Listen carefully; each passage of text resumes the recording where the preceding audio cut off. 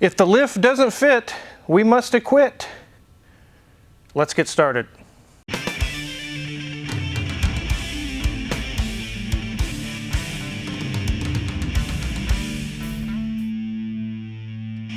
Ha ha ha ha, that was really bad.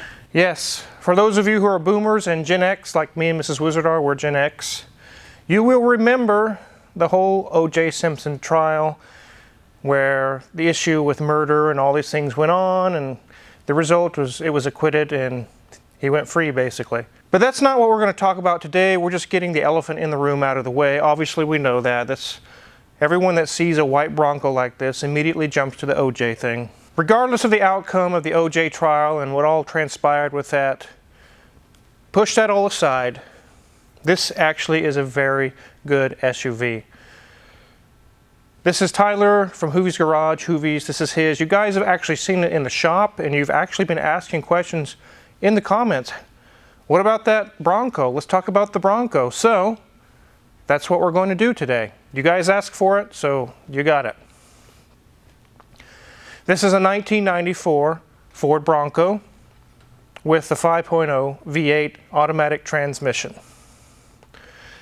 And it is white, as you can see, and thinking about the OJ thing, Tyler has mentioned that anytime anyone has seen this, that's the first thing that's brought up. It is not OJ's official vehicle. Let's not think that here. It looks like it. It's pretty much a carbon copy of it, but it is not the official vehicle. It's in the shop for a few issues. We've actually solved most of them. I think it's almost done, actually.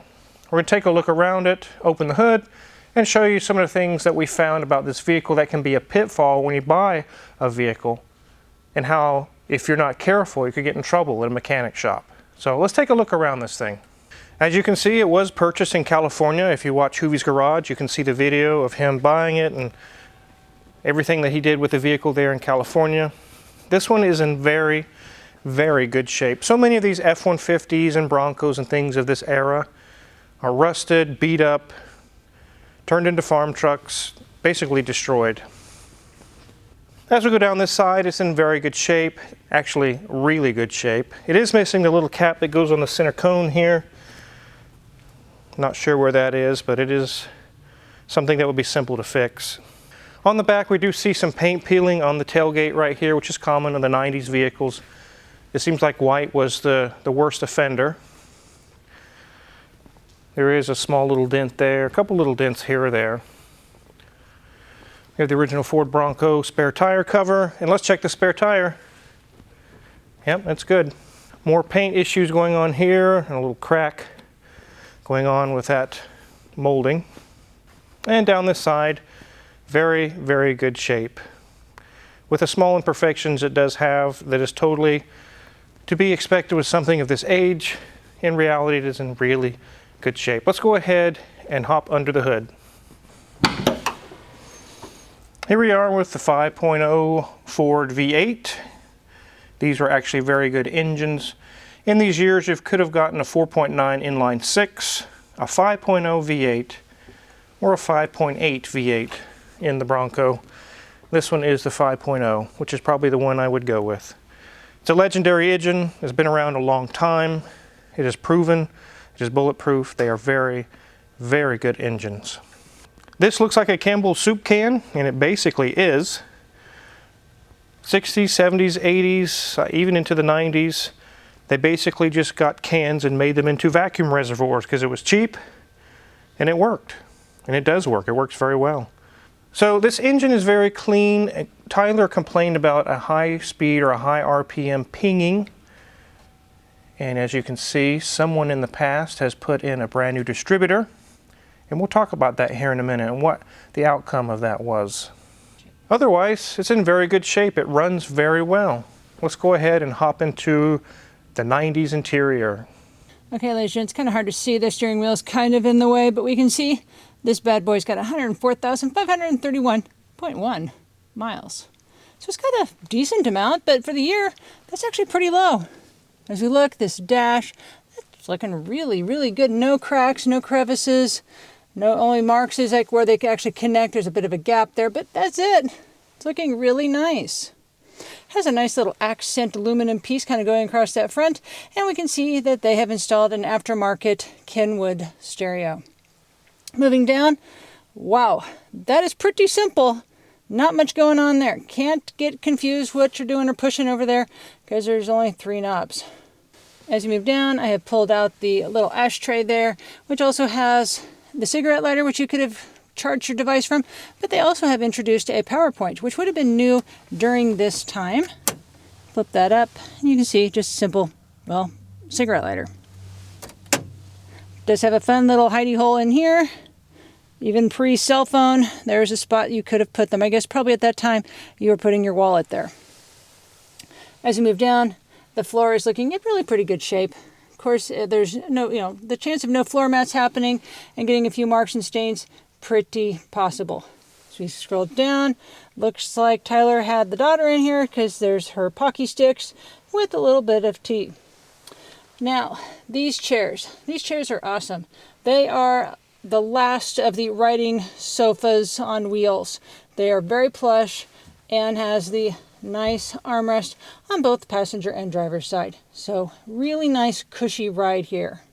Being that this is basically a truck with a cab over it that they've put the interior on, you can see it's got a very simple bench seat. And when I mean very simple, it's very much a bench seat. This almost could have been the front seat to a pickup of that era. It is so simple. But again, looking nice. The headliner's in good shape. Nice fabric, no sags. Even the aged plastic, which is getting yellow from age, is still in one piece. No holes or anything marked in there because that bad boy up there would have had a standard light bulb, not an LED, so it would have gotten hot, nice and hot. And those things had the tendency to break and chip. Okay, ladies and gents, here we go.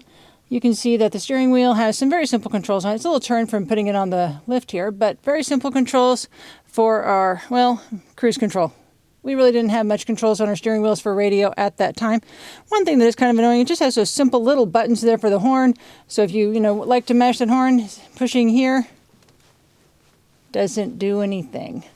But I can definitely see why this would have been a vehicle OJ would have chosen, because the headroom on this is pretty substantial. It's quite a ways up there. And imagine the seat moves back quite well, so he could definitely fit with his large frame in this space. So I can kind of get the gist of that. Unfortunately, he's tarnished the poor reputation of this really good vehicle. So, we've done the interior. Let's go check out the underside.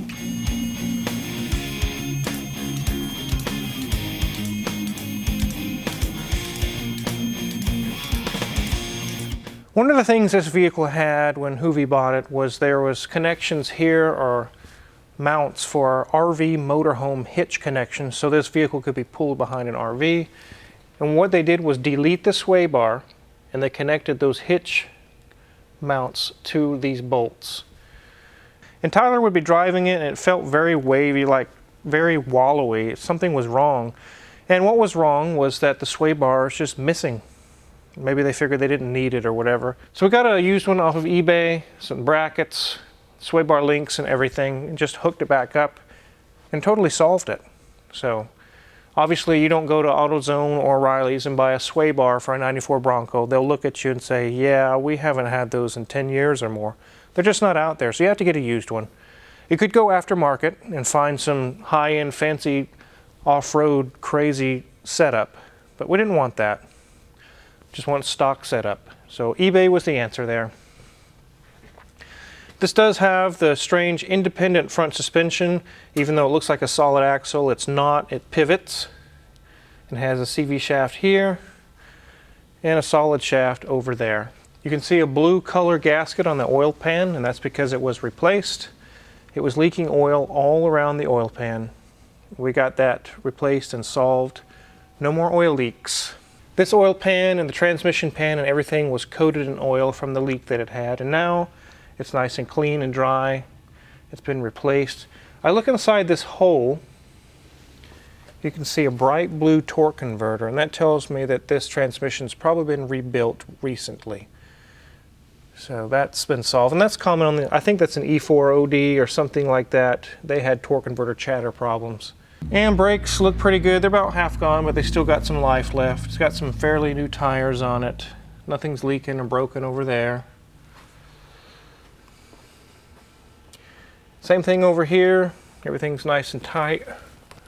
Obviously the sway bar is fairly new. The shocks are not leaking, so everything's good there. On our radius arms here, they have little bushings that are made out of rubber. It came into the shop making horrible squeaking, nasty noises.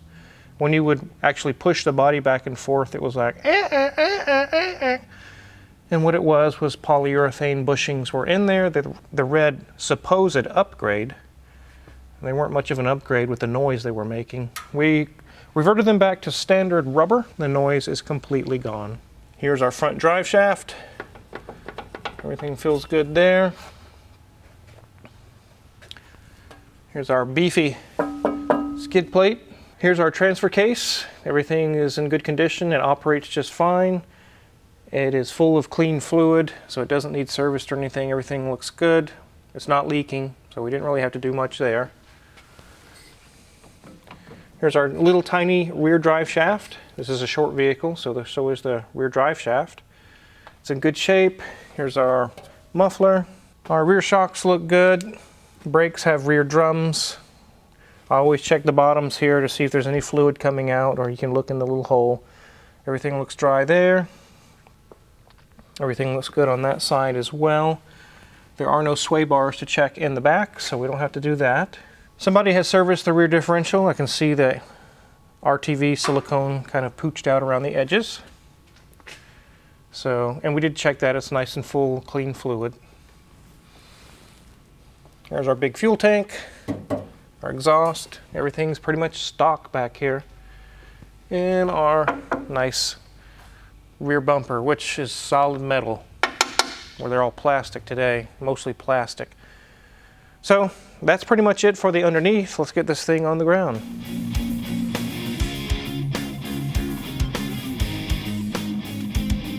So as you can see, this thing is in very good shape for its age. It's very, very nice. These things are pretty bulletproof, and when they do break, it's really easy to fix these vehicles. They are computer controlled to a certain extent, but it's not crazy like a 2020 BMW where there's 45 computer modules in the car. It's nothing crazy like that. So it's kind of a combination of a little bit of modern technology with old world design as far as axles and brakes and things. It's not really that complex. This vehicle actually brought to mind another reason why I don't do estimates is because this situation that we just seen with the distributor, Tyler mentioned at high RPMs or under a load it was pinging pretty bad. And unless you're a mechanic yourself or have done mechanic work, you really should not read Google and self-diagnose your car and then tell the mechanic what you think should be done to your car. It's just like if you have a sore throat, you could go to Google and say, what are the problems with someone with a sore throat? It literally could say cancer. Oh God, I've got cancer. No, you don't. You probably don't. Probably have strep throat or just a sore throat. The same thing can happen with cars. Someone could say, my engine's pinging. I'd like you to get me an estimate on an engine rebuild. Okay, so I do it and I get a price together. And it shows up, it has nothing to do with an engine rebuild. Absolutely nothing to do with it. Complete waste of time to even estimate it. The distributor was replaced before Tyler bought this. They didn't even time it. It wasn't even tightened. The distributor was floppy loose. On these you have to disconnect the spout connector. It's set base timing at 10 degrees before top dead center as stated underneath the hood on the label. We did disconnect the spout and just check where it was at, and it was at 20 degrees before top dead center. So you see, now we see, oh, this is simple, this is an easy fix. It doesn't even need a new engine. Why did we quote it? Oh, well, that's just what I read on the internet.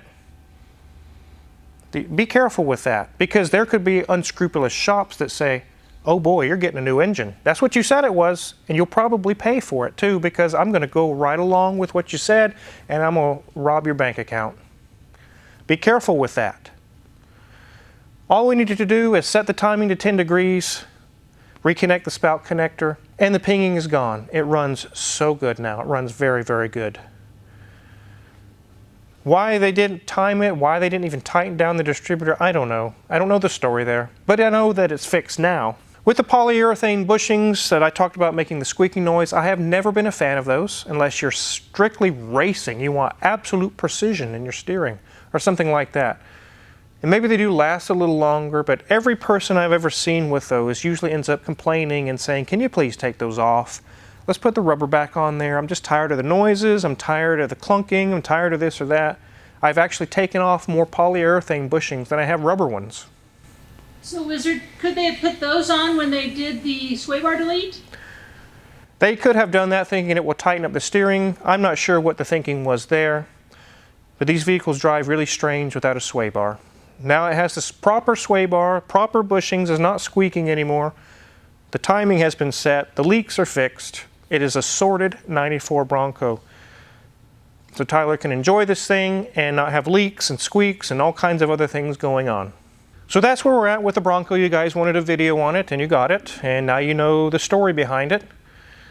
In this video you did see the XLR, or actually you can see it right now. We're getting close to putting the body and the powertrain back together. That's another video that'll be coming soon. You don't want to miss out on that. You also saw the bus. We have received some of the parts and things we're waiting for. After a few more parts arrive, there is another bus video coming down the way, so you're not going to be disappointed with that. If you're curious what kind of tools we use to fix this really nice OJ Bronco, and in fact, the keychain actually let me go get it. I want to show this to you guys. This is really cool. Well, I guess. On the keychain is a little button. It's OJ putting on the glove that doesn't fit, so we must acquit.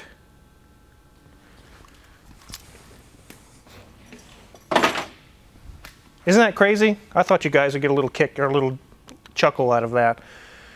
But again, the tools that we use to fix this and other vehicles in the shop is in our Amazon affiliates link in the description below. It's really great gift ideas. If someone's asking you, what can I buy you for Christmas? Tell them to go to the Car Wizard's Amazon affiliates link. Give them the link. Or you can also buy gifts from us for other people yourself. And make sure to hit the subscribe button because we got XLR videos, bus videos, and we got a full week of all kind of cars coming in next week. Thanks for watching.